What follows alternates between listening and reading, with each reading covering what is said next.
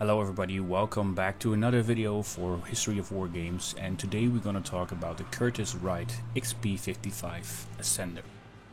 And the XP-55 was a 1940s United States prototype fighter aircraft built by Curtiss-Wright Corporation.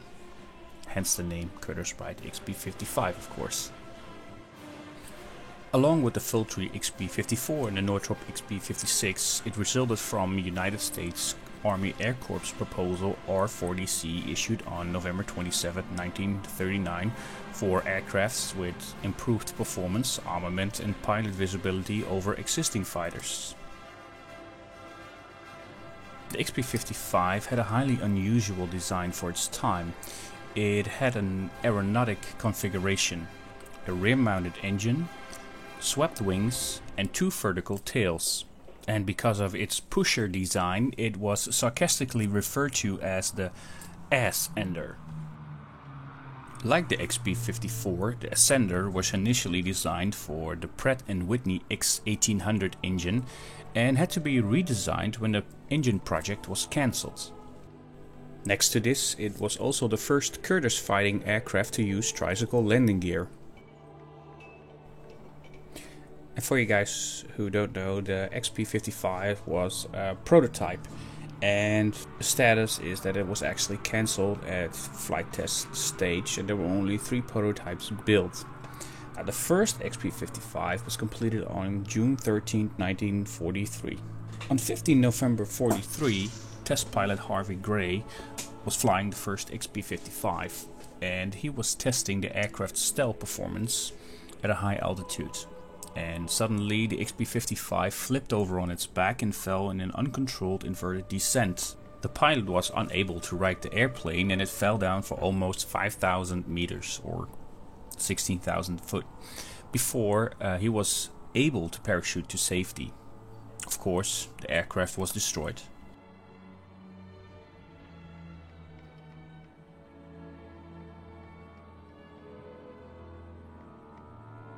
The second XP-55 flew for the first time on January 9, 1944, and all flights were restricted so that the stall zone was avoided. Now the XP-55 is on display in the Air Zoo in Kalamazoo, Michigan. It is on long-term loan from the Smithsonian National Air and Space Museum in Washington, D.C. The third and last XP-55 flew for the first time on April 25th, 1944. It was now fitted with 4 machine guns and it had some other small modifications that they learned from the loss of the first XP-55. Between the 16th of September and the 2nd of October 1944, also the second XP-55 had these modifications done and they underwent official USAAF flight trials. On the 27th of May 1954, the third prototype XP-55 was lost during the closing day of the 7th War Bond Air Show at the Army Air Force Fair at Wright Field in Dayton, Ohio.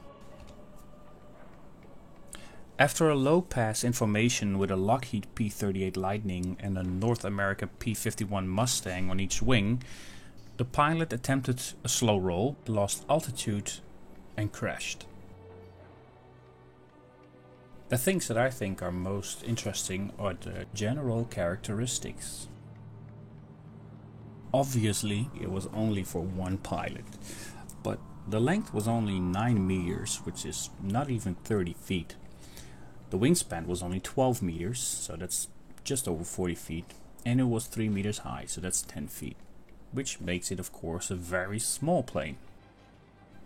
Even though it was just a very small plane, it still had a top speed of 625 kilometers an hour or 390 miles per hour. The range of the plane was just over 1,000 kilometers, so that's 635 miles, and the service ceiling was 10.5 kilometers, so that's almost 35,000 feet. It could climb up to 11 meters a second or 2,350 foot a minute. Next to this, it had 4.50 inch or 12.7 millimeters machine guns mounted in the nose. And I know these stats are not the most impressive stats you ever saw, but it's not about the stats. It's about the way the plane looks. It's so different. And you know, I know it was a prototype, but yeah, it really caught my eye. And now it's up to me to see if prototype number 2 makes it through the flight. I'm new to this game. I'm new to War Thunder.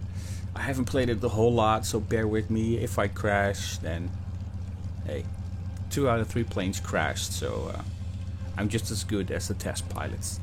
So bear with me and let's see how it goes.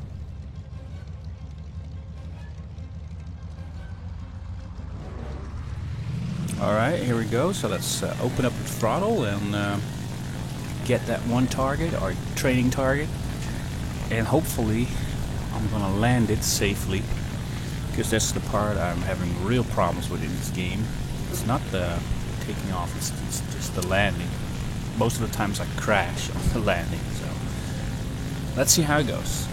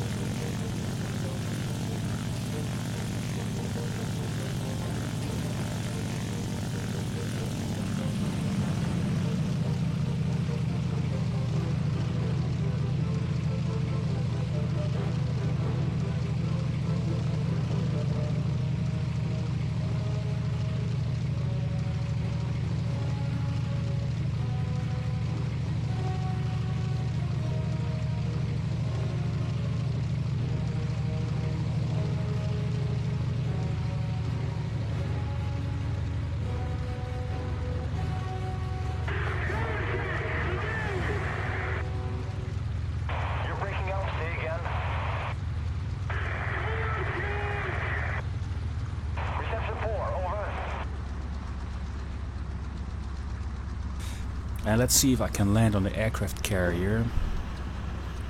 Probably not, because I'm going pretty fast. And, well, I'm just gonna fly by real close. Okay, that's a little bit too close. Thank God I only lost a wheel. Now let's see if I can land it with 2 wheels. See how that goes. Even with this speed.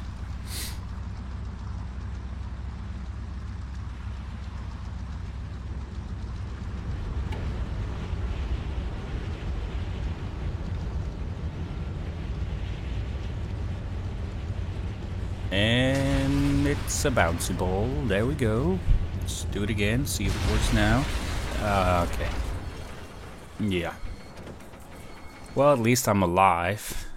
Like I said, it's real hard for me to land in this game. I mostly have too much speed, and those are the things I need to get used to. But hey, every day I'm learning, and every day I'm trying. But then again, you know, 2 out of 3 already are gone, and I actually managed to land it without crashing it. Okay, it lost some wheels, it lost the landing gear, but you know, the plane is still intact. Yeah, what can I say about the plane? It is a light plane. You can feel it and everything. It's small. It takes a while to get up to speed and take off. And yeah, you only have like a couple of cannons, so you won't do that much damage in the game, just like you probably wouldn't do in real life. So I would prefer this plane as just a spotter plane, because you know, you can spot people easily with this plane, and you're hard to find because you're that small. You know, when you're flying at 10 kilometers high, you know, probably most of the people won't even see you. So that's probably what I would use this plane for. Drop the cannons and put some cameras in there, and just spot all day long. But you know, other than that, it's realistic. It's different. It's hard to fly, but that could just be me because I suck at this game. But yeah, it is a good plane. You know, and if you want to try and fly this plane, I should really recommend you to try it. Like I said, it's a small plane. Don't expect a whole lot of things to happen, but it's a different plane. And you know, yeah, what can I say? Well, one thing I do know is that you can't change history, but you can try to relive it. And with this plane, I really tried it and did it. So thank you for watching, and see you next time. Goodbye.